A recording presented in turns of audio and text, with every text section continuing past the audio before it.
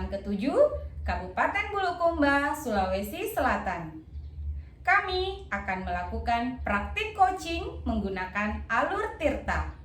Dan kami akan berperan secara bergilir menjadi coach, coachee, dan juga pengamat. Saya sendiri, Ulfa Wilda SPD dari UPT SPF SDN 26 Mateko.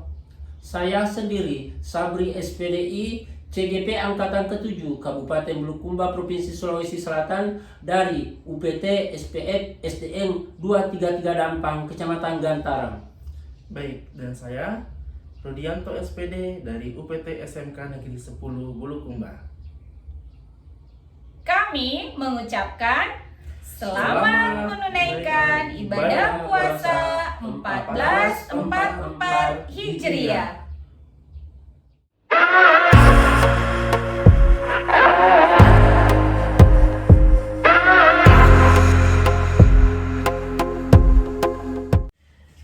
Assalamualaikum warahmatullahi wabarakatuh. Selamat sore Pak Sabri. Waalaikumsalam warahmatullahi wabarakatuh. Dan selamat sore juga Pak Rudianto. Ya, bagaimana kabarnya hari ini Pak Sabri, sehat? Alhamdulillah ya, sehat sekali Pak. Ya, alhamdulillah. Ya, begini Pak, sesuai rencana kita, sebelum kita laksanakan coaching hari ini, insya Allah saya akan mengingatkan dulu di sini Pak, ada 3 kompetensi yang harus kita penuhi. Yang ada 3 kompetensi yang harus kita penuhi, yaitu satu, ada kehadiran penuh Pak. Itu yang kehadiran penuh perlu kompetensi yang harus utama, yang utama. Selanjutnya juga harus ada pendampingan yang lebih aktif atau pendampingan aktif. Keaktifan. Iya, keaktifannya. Dan juga harus ada membuat pertanyaan yang berbobot. Pertanyaannya itu harus berbobot betul Pak.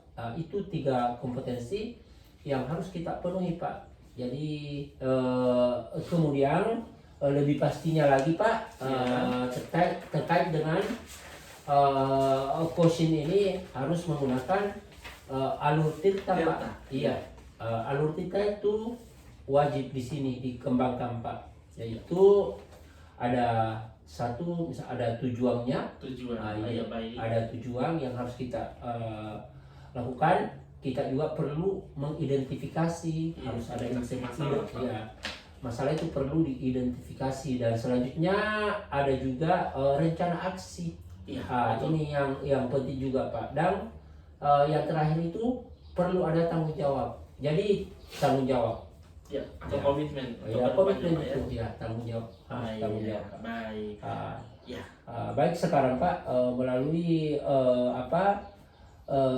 kegiatan praktik coaching yang kita harus laksanakan betul-betul Pak.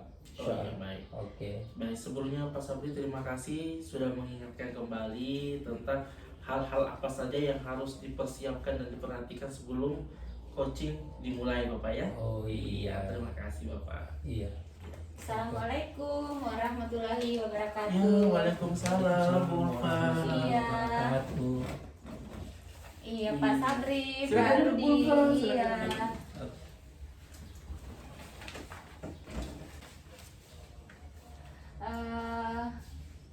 Assalamualaikum warahmatullahi wabarakatuh. Sekali lagi Pak Rudi. Ya, waalaikumsalam warahmatullahi wabarakatuh Ibu Ulfa. Iya, selamat sore Pak. Sore. Apa kabarnya hari ini Pak? Ya, alhamdulillah sehat walafiat Ibu. Ibu Ulfa, bagaimana Ibu? Alhamdulillah sehat walafiat juga Sehat. Pak Rudi. Iya. Baik. Begini Bu Ulfa, kemarin Ibu menghubungi saya. Katanya ada yang ingin dibicarakan sore hari ini. Iya Pak. Iya, kalau boleh tahu Ibu, apa yang Ibu ingin ceritakan? Iya Pak Rudi. Ini Pak Rudi, saya menemukan suatu permasalahan di kelas saya, di mana murid-murid saya ini kurang minat belajarnya, kurang aktif, kurang antusias menerima materi yang saya ajarkan. Kemudian hal ini berdampak pada tugas-tugas mereka di kelas. Gitu. Karena saya melihat Pak ya, saya menyadari dalam mengumpulkan tugas-tugasnya murid-murid saya itu hanya sekitar 60% saja dari jumlah keseluruhan siswa saya di kelas. Seperti itu Pak. Oh, seperti itu Bu ya. Iya Pak. Jadi sedikit sekali Ibu. Iya. Jadi Ibu, apa yang Ibu harapkan dari obrolan kita sore hari ini? Tentunya Pak, saya sangat mengharapkan ya, Ya. saya menemukan cara atau metode dalam meningkatkan minat belajar murid-murid saya di kelas, sehingga mereka antusias dalam menerima pembelajaran. Oh, Seperti itu Pak Rudi. Baik Ibu. Jadi begini Ibu, menurut Ibu hal-hal apa saja atau faktor-faktor apa saja yang mempengaruhi sehingga minat murid-murid Ibu dalam proses pembelajaran itu menurun? Iya Pak, mungkin Pak ya, Iya. saya menyadari juga hal ini. Mungkin selama ini cara mengajar saya sedikit monoton. Oh begitu Ibu, sedikit Iya, monoton selama ya. ini mungkin saya terlalu banyak menggunakan metode ceramah saja. Iya. Sehingga murid-murid itu mungkin bosan dengan pembelajaran saya, karena di sini saya yang terlalu dominan Oh terlalu dominan Ibu ya. dalam proses pembelajaran saya di kelas. Mungkin juga kemudian yang kedua ya, masalah tugas-tugasnya tadi yang kurang itu, mungkin selama ini saya memberikan tugas terlalu banyak. Terlalu banyak. Iya. Kemudian berisi pertanyaan-pertanyaan yang banyak begitu, sehingga mungkin ya seperti yang saya katakan tadi ya, mungkin pembelajaran saya selama ini yang monoton, menggunakan metode ceramah saja, sehingga murid-murid saya itu kurang minat belajarnya, bosan. Oh iya. Seperti itu Pak. Baik.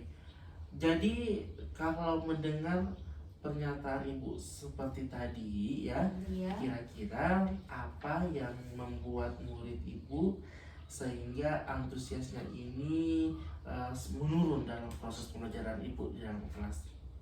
Iya. Mungkin Pak ya, Iya. tentunya mungkin peserta didik itu atau murid-murid itu menginginkan pembelajaran yang menarik dan menyenangkan. Iya, betul, menarik Ibu ya. Iya Pak. Iya, betul sekali Bu. Saya setuju dengan pendapat Ibu ya. Kemudian kira-kira apa yang bisa membuat murid-murid Ibu ini sehingga kembali bersemangat dan tidak bosan dalam proses pembelajaran Ibu di dalam kelas? Iya Pak. Banyak Pak hal sebenarnya mungkin yang dapat membangkitkan minat-minat murid itu meningkat dalam proses pembelajarannya. Iya.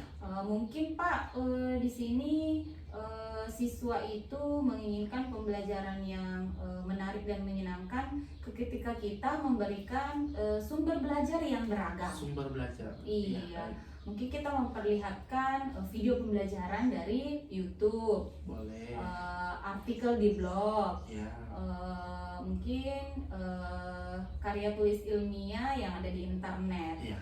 atau mungkin juga aplikasi yang lagi tren saat ini Pak, seperti aplikasi YouTube, Itu. Ya. Instagram, Iya. rilisnya mungkin seperti itu Pak ya. Betul sekali Bu. Iya. Iya, jadi itu memang solusi alternatif yang paling tepat dan efisien untuk diterapkan pada zaman sekarang ya. Iya. Terus Ibu sini mengenai tadi kan Ibu singgung mengenai pengumpulan tugas yang sekitar 60% ya siswanya yang tidak mengumpulkan tugas seperti itu ya. Iya. Jadi wah banyak sekali ya kalau kita pikir-pikir. Terkait tugasnya Ibu, apa yang membuat siswa Ibu atau faktor apa yang menyebabkan sehingga murid Ibu itu malas dalam mengumpulkan atau mengerjakan tugasnya? Iya, seperti yang saya katakan tadi Pak, ya mungkin selama ini ketika saya memberikan tugas yang saya berikan itu terlalu banyak, Oh iya. berisi pertanyaan-pertanyaan yang terlalu banyak, dan kemudian juga seperti yang saya katakan tadi, ketika saya memberikan tugas, saya sedikit memberikan sumber belajar bagi Sumber mereka. belajar sedikit, Iya, Oh iya, seperti itu Ibu ya. iya Pak. Iya, terkait sumber belajar yang Ibu katakan tadi, ya, Bapak Ibu menggunakan sumber belajar seperti apa di dalam kelas? Selama ini saya hanya menggunakan sumber belajar seperti buku teks atau buku paket yang ada saja Pak. Oh, yang ada saja ya. Iya. Selain buku teks yang Ibu utarakan tadi, apakah ada sumber belajar lain yang akan Ibu gunakan selain buku teks? Iya Pak, seperti yang saya katakan tadi mungkin sumber belajar yang seperti halnya video pembelajaran dari Video YouTube, pembelajaran dari YouTube, iya. ya, betul. Kemudian artikel di blog, karya Iya. tulis ilmiah yang ada di internet ataupun aplikasi YouTube atau Reels Betul. Instagram Ya. yang lagi ngetren saat ini. Apalagi kan kita Pak sekarang berada di era digital Pak ya. Betul, betul. Jadi benar-benar atau betul-betul kita sebagai guru harusnya lebih kreatif lagi Pak ya, Betul. lebih inovatif lagi ya Inovatif. dalam merancang materi pembelajaran Materi di kelas, iya, supaya minat belajarnya siswa itu bisa lebih meningkat. Mungkin seperti itu Ya, Pak. baik. Ya, apa yang Ibu Ulfa katakan barusan itu memang betul sekali. Saya setuju dengan pendapatnya Ibu Ulfa, dan saya yakin Ibu Ulfa pasti bisa menggunakan berbagai macam cara untuk meningkatkan semangat motivasi siswa Ibu, utamanya dalam proses pembelajaran di kelas. Iya. Selanjutnya Ibu Ulfa, ya, apa rencana Ibu ke depan terkait masalah ini? Terkait rencana Pak ya. Iya.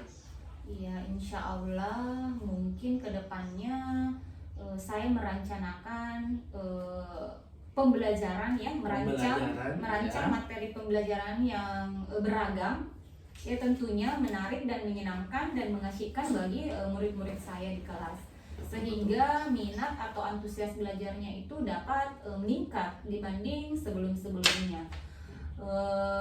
Mungkin saya akan mengelompokkan siswa saya sesuai dengan bakat dan minatnya, Bakat dan minatnya. sesuai dengan tingkat kemampuannya, sehingga kebutuhan dalam belajarnya itu dapat terpenuhi dengan baik. Mungkin istilahnya Pak, pembelajaran berdiferensiasi Pak ya. Ya, betul. Iya, seperti itu Berdiferensiasi. Pak. Insya Allah kedepannya mungkin saya akan merencanakan pembelajaran berdiferensiasi di kelas saya. Ya, wah, luar biasa sekali Ibu Ulfa. Iya, Saya salut dengan apa rencana Ibu ke depannya. Iya, iya. betul sekali. Saya sangat setuju. Terus Ibu, untuk komitmennya apa Ibu ke depan? Komitmen Ibu? Iya Pak, terkait Ya. komitmen seperti rencana saya tadi yang saya Ya. katakan, insya Allah kedepannya saya akan berkomitmen untuk selalu Pak ya merancang pembelajaran di kelas saya secara kelas. beragam, Ya. secara menarik dan menyenangkan bagi peserta didik saya atau murid-murid saya, sehingga proses pembelajaran itu bisa lebih menarik lagi daripada sebelum-sebelumnya. Jadi saya bisa mengeksplor materi, kemudian siswa juga dapat mengeksplor potensi yang ada pada dirinya untuk menerima materi-materi yang saya berikan. Mungkin seperti itu Pak. Luar biasa sekali Bu Ulfa. Sangat berbobot ya Iya Pak. rencana-rencana Ibu yang akan Ibu terapkan ke depannya untuk mengatasi masalah tersebut. Jadi saya sangat mendukung dengan apa komitmen Ibu ke depannya. Terima kasih Pak Iya. dukungannya. Baik, saya doakan semoga semuanya berjalan sukses dan semua masalah yang Ibu hadapi bisa teratasi. Iya Pak, Dan semoga Pak ya. amin ya, dan semangat siswa yang paling utama itu Iya. terus bangkit Betul. ya. Begitu Ibu. Selanjutnya Ibu, apa yang Ibu rasakan setelah kita berdiskusi terkait masalah ini Ibu? Iya Pak, alhamdulillah saya rasa Pak ya, setelah saya mengeluarkan unek-unek saya, Iya. setelah kita melakukan obrolan atau percakapan hari ini, apa yang saya rasakan sebelumnya mengenai permasalahan ya yang saya Iya. temukan di kelas saya, alhamdulillah sampai sekarang ini iya. iya, dari percakapan kita akhirnya saya dapat menemukan solusi atau jawaban dari permasalahan saya yang saya hadapi di kelas saya. Mungkin seperti itu Betul, Pak. betul. Jadi saya sangat senang, alhamdulillah akhirnya saya dapat berbincang dengan Pak Rudi.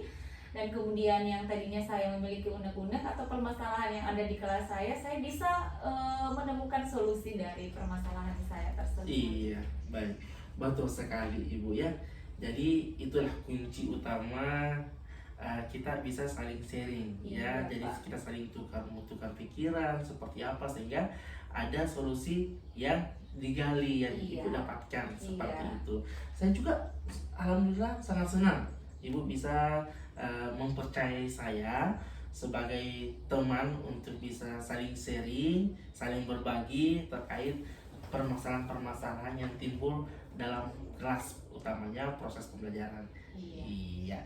Jadi kedepannya saya harapkan kita bisa saling sharing, khususnya tupoksi kita sebagai seorang pendidik Ibu ya. Iya Pak. Iya, baik. Terima kasih kalau begitu Pak Rudi. Ya, Sekali terima lagi kasih saya banyak, mengucapkan banyak-banyak terima kasih Ya. karena sudah meluangkan waktunya hari ini mau berbincang-bincang, mengobrol dengan saya, mendengarkan unek-unek saya, permasalahan saya di kelas. Terima kasih Pak Rudi. Ya, sama-sama Ibu Ulfa. Iya, kalau begitu Pak. Ya. Sampai ketemu dan Di lain berbincang waktu. kembali di lain waktu Siap, Pak Ibu. ya. Iya, siap. Terima kasih Iya. juga Iya. Pak Sabri. Iya, Pak. terima kasih banyak Pak Sabri. Iya. Silakan Pak Sabri. Jadi setelah saya melihat perbincangan tadi antara coach dengan coaching, alhamdulillah sudah luar biasa sekali Bu. Terima Iya. kasih Pak. Iya, kedua-duanya sudah sudah langkahnya itu sudah dalam model Tirta. Ya, bagus sekali Pak, Ibu. Sudah sesuai dengan identifikasinya, rencana aksinya, tanggung jawabnya.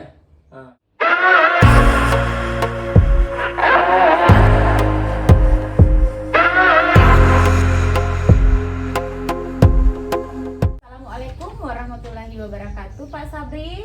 Waalaikumsalam warahmatullahi wabarakatuh. Bu Ulfa. Bagaimana kabarnya Bu Ulfa? Alhamdulillah Pak Sabri baik. Pak Sabri sendiri?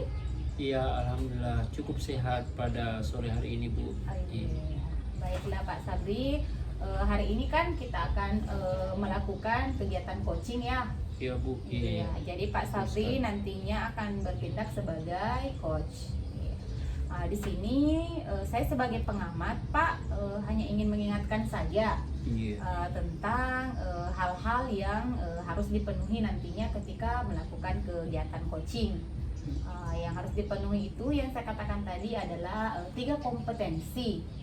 Yang pertama itu adalah seorang coach itu harus memenuhi kompetensi yaitu kehadiran penuh. Iya. Mendengarkan secara aktif, Iya. kemudian membuat pertanyaan-pertanyaan secara berbobot. Iya. Kemudian Pak, nantinya sebagaimana kita ketahui dalam melakukan kegiatan coaching itu kita menggunakan alur Tirta. Iya, ada tujuan, ada identifikasi masalah, kemudian ada rencana aksi dan ada tanggung jawab. Iya. Jadi itu Pak ya yang perlu saya ingatkan sebagai seorang pengamat ketika melakukan kegiatan coaching. Seperti itu Iya. Pak Sabri ya. Terima kasih atas kesediaannya untuk mengingatkan kembali Bu. Iya. Assalamualaikum warahmatullahi wabarakatuh. Iya, waalaikumsalam Salam warahmatullahi warahmatullahi wabarakatuh. Silakan wabarakatuh. Iya. Pak Pak. Rudi. Selamat Iya. sore Bapak Ibu. Iya.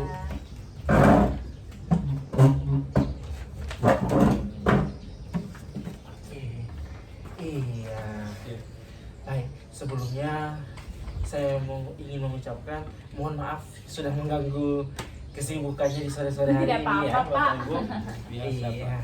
Jadi Iya. begini Pak Sabri, kemarin kan saya sudah menghubungi Bapak. Ya, kebetulan saya punya masalah di sekolah.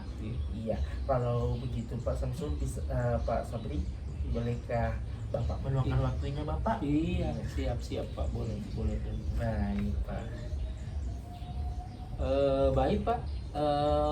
Rudi, apa yang mau kita bicarakan pada sore hari ini Pak? Iya, Iya. baik Pak Sabri. Jadi begini Pak, akhir-akhir ini di sekolah saya ini tingkat murid-murid saya ya, tingkat kedisiplinannya akan tata tertib aturan ini sangat menurun sekali Pak. Ya, ini dibuktikan banyaknya murid-murid saya yang sering datang terlambat ke sekolah. Ya, terutama pada kegiatan upacara bendera setiap hari Senin. Iya, di sini banyak sekali datang terlambat, utamanya juga pada jam pertama proses pembelajaran banyak sekali yang terlambat Bapak, seperti itu. Begitu Pak ya. Iya. Jadi kalau menurut Bapak Farudi, apa yang Bapak harapkan dari obrolan kita pada hari ini Pak, atau pada sore hari ini Pak? Iya, baik Pak Sabri. Jadi yang saya harapkan pada pertemuan kita sore hari ini agar saya bisa mendapatkan solusi Bapak dari masalah yang saya hadapi di sekolah saya, seperti itu Pak Sabri. Ya. Jadi menurut Bapak hal apa yang membuat murid-murid Bapak sehingga tingkat kedisiplinannya itu kurang untuk datang tepat waktu Pak? Oh iya, baik Pak. Jadi begini Pak Sabri, kalau saya ingat-ingat kembali ya, alasan utama yang menyebabkan murid-murid di sekolah saya ini seringkali datang terlambat disebabkan ada dua faktor. Untuk faktor yang pertama di sini ya, alasannya siswanya terlambat bangun ke sekolah. Pas saya cek, saya gali-gali informasi kenapa bisa, apa alasannya sehingga terlambat bangun, dan ternyata jawabannya ini semua seragam sama ya. Mereka menjawab efeknya begadang semalaman karena main game, jadi otomatis mereka semua terlambat bangun dan sekolah yang dikorbankan gitu. Terus untuk faktor yang keduanya ini, ada beberapa siswa yang memiliki alasan bahwa motor atau kendaraan mereka ini seringkali digunakan oleh keluarga mereka untuk pergi ke pasar pada pagi hari. Iya, jadi otomatis siswa tersebut menunggu orang tuanya datang dari pasar, dan otomatis alhasil kan jam pembelajaran saya di sekolah itu dimulai 7.30. Otomatis mereka terlambat, seperti itu Pak Sabri. Oh, itu. Jadi menurut Pak Rudi, apa yang Bapak harapkan dari Bapak, dan kira-kira apa saja yang dapat membuat murid Bapak bisa taat kepada aturan sekolah untuk meningkatkan kedisiplinan Pak? Iya, baik Pak.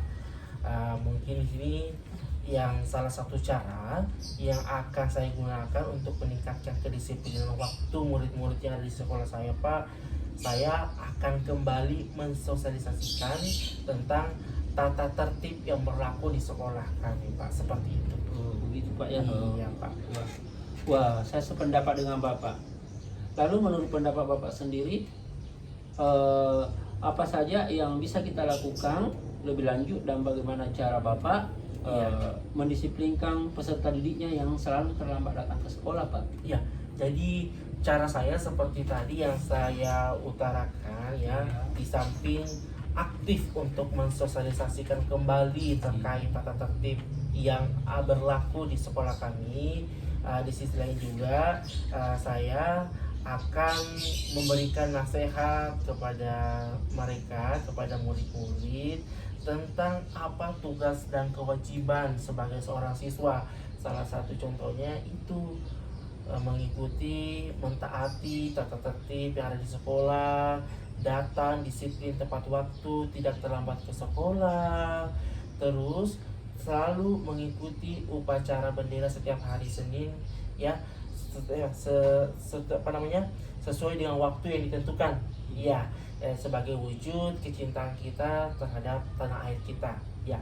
Terus selain itu saya juga berencana Pak Sabri akan melakukan kunjungan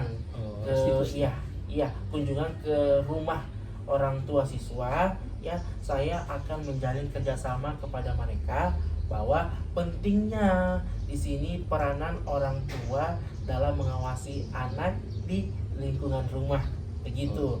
Iya, jadi seperti ini faktanya ya Pak. Kebanyakan anak-anak bermain game, jadi kontrol orang tua di sini juga memegang peranan yang paling penting. Jadi saya memberikan nasihat kepada orang tuanya bahwa tolong diawasi anaknya, boleh main game tapi dibatasi durasi pemakaiannya. Jangan sampai semalaman penuh bermain game saja, otomatis mengorbankan sekolahnya keesokan harinya, seperti itu Bapak. Iya. Oh Iya. Kemudian ada satu juga Pak. Saya akan menerapkan proses restitusi kepada murid-murid yang melakukan pelanggaran tata tertib, seperti itu Pak Sabri. Oh Iya. Oh bagus sekali itu Pak, bagus sekali. Saya tertarik tadi dengan cara restitusi Pak, Iya, betul. yang diberikan kepada murid. Bagaimana cara Pak Rudi menerapkan ini Pak, sistemnya itu, sistem tersebut? Oh iya, baik. Untuk restitusi tersebut, kalau menurut saya ini sangat efektif dan efisien untuk diterapkan Bapak. Jadi tanpa adanya hukuman secara fisik yang diberikan kepada anak, pasti akan lebih efektif lagi ya. Karena kalau kita berikan hukuman fisik kepada anak-anak, otomatis mereka tidak berubah. Berubah tapi tidak dari dalam hati, otomatis peluang untuk melakukan kesalahan yang sama masih kemungkinan terjadi ya. Jadi dengan menggunakan proses restitusi ini ada 3 tahap yang akan saya gunakan. Yang pertama yaitu menstabilkan identitas siswa. Jangan sampai kesalahan yang mereka berbuat akhirnya mereka merasa dipojokkan, seperti itu ya. Yang keduanya Pak Sabri, di sini saya akan melakukan validasi tindakan. Yang dimaksud dengan validasi tindakan sini, saya akan tanya kepada mereka, apakah mereka sadar melakukan kesalahan ini, apakah kesalahan yang mereka perbuat ini melanggar tata tertib sekolah atau tidak, seperti itu. Dan yang ketiga, saya akan menanyakan keyakinan. Ya, keyakinan yang maksud di sini saya akan memperkuat ya keyakinan kepada siswa ya, apa yang mereka akan lakukan agar tidak mengulangi kesalahan yang sama, seperti itu Pak Sabri. Jadi otomatis dengan menggunakan proses restitusi ini, siswa akan berusaha untuk merubah hal-hal yang kurang baik dalam dirinya tanpa ada paksaan dari pihak manapun, seperti itu Pak Sabri. Iya. Betul sekali Pak. Ya, saya yakin ini Pak, yakin sekali Bapak bisa menggunakan berbagai macam cara untuk meningkatkan kedisiplinan siswa. Dan jadi sekarang apa kira-kira rencana Bapak untuk menyelesaikan masalah ini Pak? Iya, saya punya rencana Bapak bagaimana cara mengatasi masalah ini ke depannya ya. Kita kan sebagai seorang pendidik ya, otomatis saya kembalikan dulu kepada diri saya ya, bagaimana saya sebagai pendidik memberikan perilaku atau sikap positif kepada mereka dengan cara saya akan datang tepat waktu ke sekolah, mengikuti upacara bendera setiap hari Senin ya.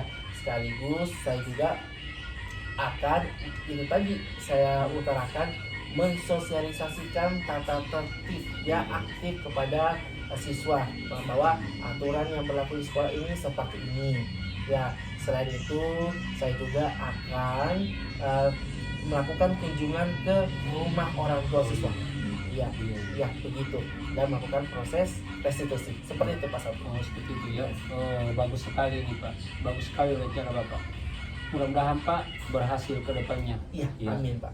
Jadi apa kira-kira komitmen Bapak terhadap rencana ini Pak? Iya, komitmen saya untuk kedepannya Pak, bagaimana permasalahan yang ada di sekolah saya ini bisa teratasi, kebiasaan buruk siswa saya akan berubah menjadi hal-hal yang berbau positif, seperti itu. Jadi berkomitmennya saya akan memberikan contoh teladan yang baik kepada murid-murid saya.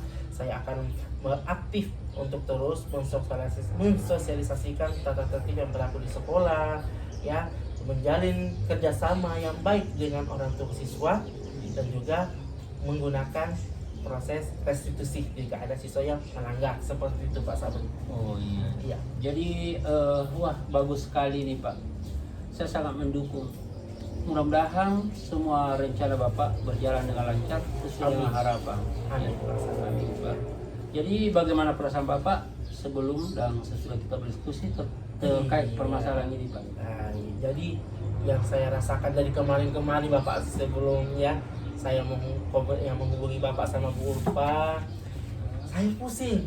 Sini bagaimana caranya ini supaya masalah-masalah yang ditemukan oleh siswa saya ini bisa diatasi.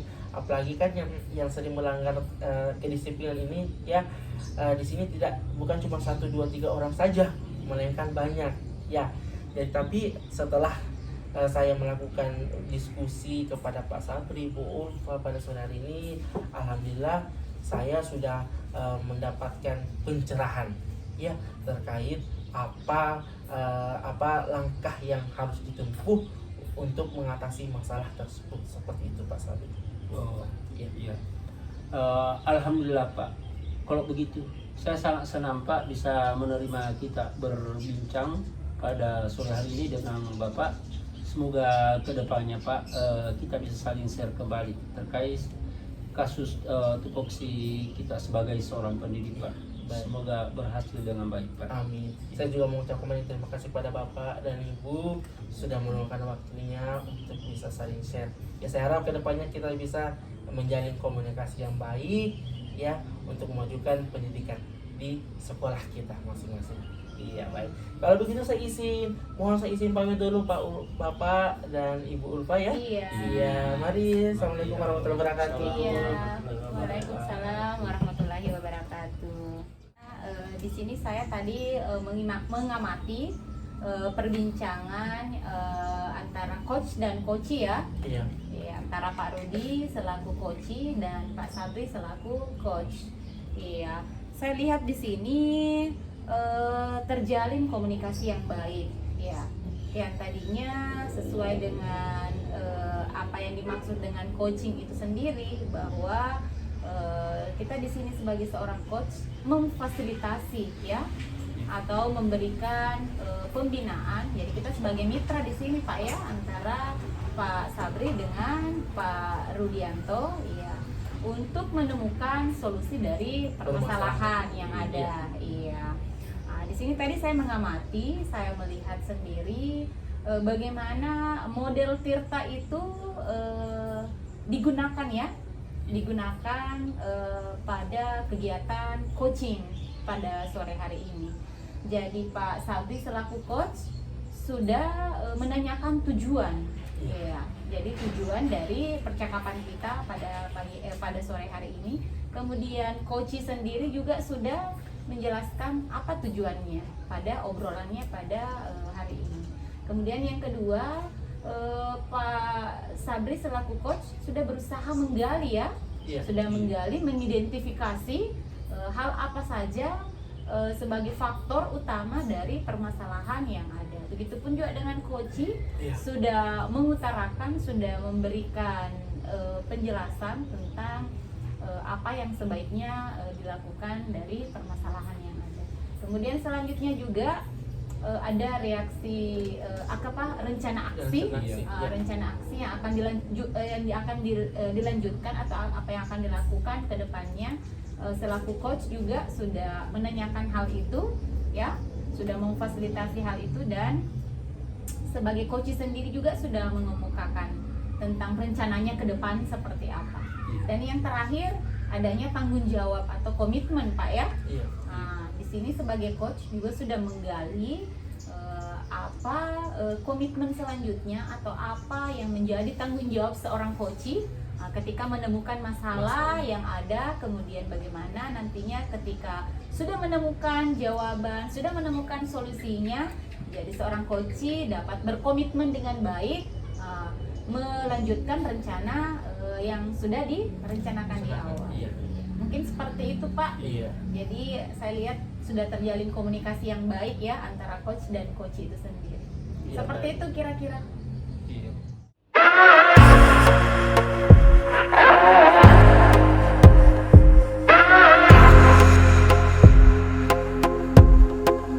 Assalamualaikum warahmatullahi wabarakatuh Pak Rudi. Ya, waalaikumsalam warahmatullahi wabarakatuh. Ibu Ulfa, kabarnya hari ini bagaimana Ibu? Alhamdulillah sehat Pak. Alhamdulillah. Kalau puasanya lancar nih Poli? Alhamdulillah lancar Pak. Iya. Kalau Bapak sendiri? Alhamdulillah sehat dan puasanya juga lancar. Iya, alhamdulillah. Iya. Jadi begini Bu Ulfa, kemarin Ibu Ulfa mengonfirmasi kepada saya bahwa hari ini Ibu akan bertindak sebagai coach ya dalam Iya, Pak. suatu kegiatan yang namanya coaching. Iya. Bu Ulfa, sebelum melakukan teknik coaching, Ibu sudah tahu ada beberapa atau ada 3 komponen yang harus diperhatikan dalam kegiatan coaching tersebut. Iya Pak, tahu Sudah. Pak. Tahu. Ya baik. Jadi kalau begitu saya ulangi kembali Ibu Ulfa ya. Iya. Untuk komponen yang paling utama itu yang harus diterapkan dalam teknik coaching, yang pertama adalah kehadiran penuh. Iya. Untuk yang kedua adalah Ibu Ulfa harus mendengarkan secara aktif apa yang dikatakan oleh coaching. Iya. Dan yang terakhir itu adalah membuat pertanyaan berbobot. Iya, Ya, Pak. jadi nanti Bu Ulfa akan memberikan pertanyaan-pertanyaan pemantik terkait masalah yang dihadapi oleh coaching. Jadi nanti coachingnya sendiri akan terpancing untuk memberikan jawaban-jawaban dari permasalahan coaching tersebut. Iya, siap, Iya, Pak. iya. Selain 3 komponen utama tersebut, Ibu Ulfa juga pasti sudah tahu ya bahwa teknik coaching ini yang paling idealnya harus menggunakan model TIRTA. Tirta. Iya Pak. Iya. Iya. Di mana TIRTA itu akronimnya adalah T, tujuan. Ibu, jadi nanti coaching ini akan menggali apa tujuan pada kegiatan coaching yang akan dilakukan. Yang kedua adalah identifikasi. Iya. Ya, jadi nanti kita akan mengidentifikasi masalah-masalah apa yang dihadapi oleh coaching tersebut. Ya. Ketiga, rencana aksi. Iya. Rencana apa kira-kira yang akan diterapkan untuk mengatasi masalah tersebut ke depannya. Dan yang terakhir adalah tanggung jawab. Apa tanggung jawab coaching agar bisa menyelesaikan masalah yang dihadapinya. Seperti itu Bu Ulfa ya. Iya, siap Pak. Iya. Jadi untuk hari ini Ibu Ulfa sudah siap ya Siap Pak. melakukan teknik coaching. Iya, siap Oke, Pak. baik. Siap. Kalau begitu waktu saya persilakan Ibu Ulfa ya. Iya Pak. Siap. Ya, assalamualaikum warahmatullahi wabarakatuh. Waalaikumsalam. Bagaimana kabar orang tua? Alhamdulillah baik Pak. Alhamdulillah baik Pak. Oke. Saya datang ke sini Bu, Iya, Pak. ingin dibantu permasalahan saya ada apa di kelas Bu. Oh, siap Iya. Pak. Bagaimana sendiri kabarnya Pak Sabri? Alhamdulillah baik Bu Ulfa. Sehat Pak ya? Alhamdulillah sehat. Bagaimana puasanya Pak? Alhamdulillah lancar. Puasa pada Alhamdulillah. siang hari ini lancar. Iya Pak Iya. Sabri. Iya. Bu Ulfa, bolehkah saya meminta waktunya sedikit untuk berbincang mengenai permasalahan saya yang saya hadapi akhir-akhir ini di kelas Bu? Oh siap Pak. Iya. Iya. Apa ya kira-kira masalah yang Bapak hadapi di kelas Bapak? Begini Bu, akhir-akhir ini Bu, ada murid saya namanya Radit itu akhir-akhir ini malas sekali ke sekolah karena ada sesuatu barangkali permasalahan yang ditemui di keluarganya sehingga dia malas ke sekolah Bu. Akhirnya dia juga dalam belajarnya dalam hal itu membaca kurang lancar membaca Bu. Oh begitu Pak ya? Iya. Iya. Jadi kira-kira apa yang Bapak harapkan dari percakapan kita, dari obrolan kita pada siang hari ini nantinya Pak? Oh begini Bu, saya mengharapkan sekali Bu, harus ada solusi dari permasalahan yang dihadapi oleh peserta didik saya Bu. Mohon bantuannya Bu. Jadi menurut Pak Sabri sendiri sebenarnya apa yang menyebabkan atau faktor apa kira-kira yang mempengaruhi siswa tersebut, siswanya Pak Sabri yang bernama Radit Pak ya, Iya, sehingga jarang masuk sekolah? Iya Bu, kalau saya ingat-ingat kembali, Radit itu hal yang menyebabkan dia malas datang ke sekolah adalah faktor utamanya itu adalah faktor keluarganya Bu. Oh iya. Kondisi keluarganya itu sangat memprihatinkan sekali. setahun lalu Bu, ibunya meninggal Bu. Jadi kasihan ini anak, dan ditambah lagi orang tuanya yang laki-laki itu dalam keadaan penyakit jiwa Bu, OGDJ, jadi jiwa.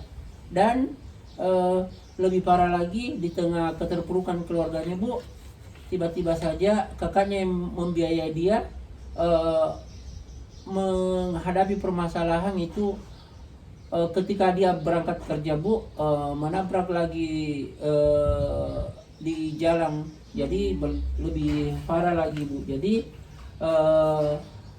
di sisi lain Bu, perlengkapan sekolahnya itu tidak lengkap, bajunya yang tidak lengkap, sepatunya yang robek, bahkan buku dan alat tulis yang lainnya tidak memadai Bu. Bagaimana untuk menghadapi permasalahan ini Bu? Mungkin Ibu bisa membantu mencarikan solusi Bu. Iya, kalau saya dengar dari ceritanya Pak Sabri, murid Bapak ini sangat memprihatinkan betul Pak ya? Iya, kasihan sekali kondisi keluarganya.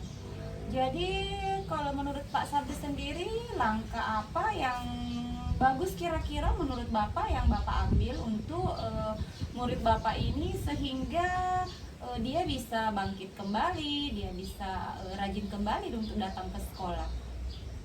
Begini Bu, barangkali langkah yang saya harus tempuh adalah saya ini harus terjun langsung ke rumahnya untuk melihat langsung keadaan di rumahnya, dan supaya murid juga tersebut merasa terbantu Bu.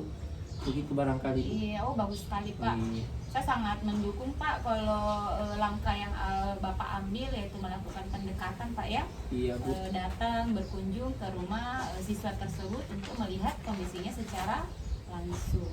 Jadi selanjutnya kira-kira menurut Pak Sabri apa yang harus Bapak lakukan ke depannya untuk peserta didik ini agar dia bisa kembali belajar secara normal Pak ya, menerima materi pembelajaran di kelas, kemudian yang paling utamanya itu rajin datang ke sekolah.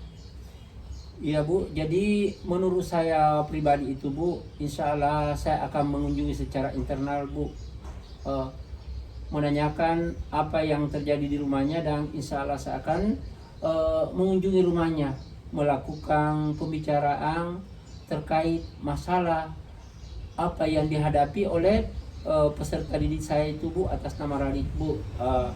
Masalah yang dihadapinya itu begitu berat dan begitu besar Bu, mereka itu baru duduk di kelas 5 Bu. Selain itu insya Allah saya akan memberikan jalan, memberikan dukungan secara moral dan mampu bangkit kembali Bu, seperti siswa-siswa yang lainnya. Begitu Bu barangkali. Iya, bagus sekali rencana Bapak kalau begitu. Bagus sekali Pak ya. Mudah-mudahan berhasil Pak ya.